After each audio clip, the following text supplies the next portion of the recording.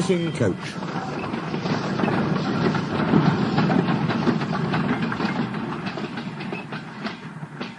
Soon workmen came to give the twins their numbers. Donald was 9 and Douglas 10. When the men went away, they were left alone in the shed. "You may have noticed, Dougie, that yon painters forgot something." "What did they forget?" "They painted braw new numbers on our tenders, but they put none on us." Donald winked broadly at his twin. "You mean," grinned Douglas, "that we can—" "Just that," chuckled Donald. "Who'd you wished? Here's the inspector." "No 9 and 10, smiled the inspector. "Here's Duck. He'll show you round before you start work." The twins enjoyed themselves, and were soon friends with Duck. They didn't mind what they did. They tackled goods trains and coaches easily. For once the twins had shunted them, trucks knew better than to try any tricks. "We like it fine here," said Donald. "That's good," smiled Duck. "But take my tip. Watch out for Gordon, Henry and James. They're sure to try some nonsense." "Dinna fash yourself," chuckled Douglas. "We'll soon settle them." Donald and Douglas had deep-toned whistles. "They sound like buses," said Gordon. "Or ships," sniggered Henry. "Tugboat Annie," laughed Gordon. "Ha, ha, ha." Donald and Douglas cruised quietly up, one on each side. "You wouldn't be making fun of us, would you now?" asked Donald. Gordon and Henry jumped. They glanced nervously from side to side. "No," said Gordon. "No, certainly not," said Henry. "That's fine," said Douglas. "Now just mind the both of you, and keep it that way." That was the way Gordon and Henry kept it. Every day, punctually at 3:30, Gordon steams in with the express. It is called the Wild Nor'Wester, and is full of people from England, Wales and Scotland. There is also a special coach for passengers travelling to places on Thomas's branch line. When the other coaches are taken away empty, engines have to remember to shunt the special coach to the bay platform. It doesn't wait there long.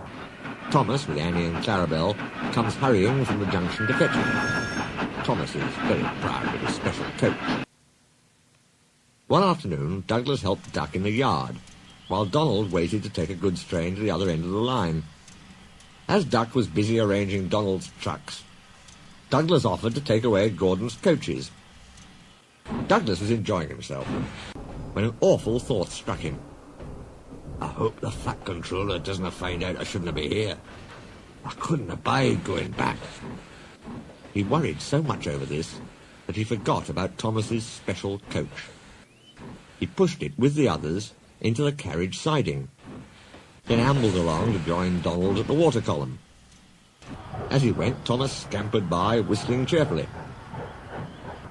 Soon Thomas came fussing. "Where's my coach?" "Coach?" asked Donald. "What coach?" "My special coach that Gordon brings for me. It's gone. I must find it." He bustled away. "Losh sakes," said Douglas. "I'm on a stowed the special coach with the others." "You see that?" exclaimed Donald's driver.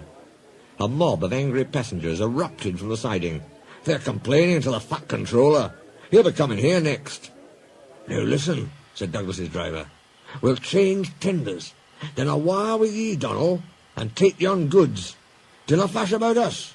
Quick now, do as I say." The fat controller and 3 passengers walked towards them. But Donald, with Douglas's tender, number 10, was out and away with the goods before they came near. Douglas and his driver waited with innocent expressions.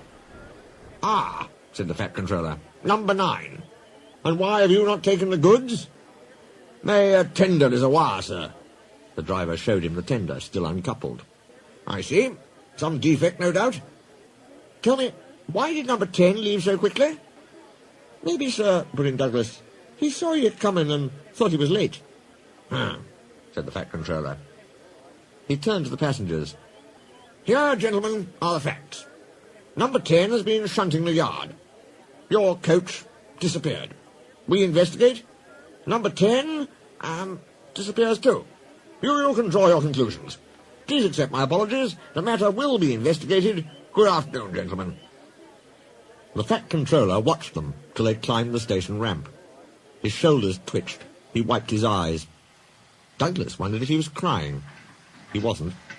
He swung round suddenly. "Douglas," he rapped, "why are you masquerading with Donald's tender?"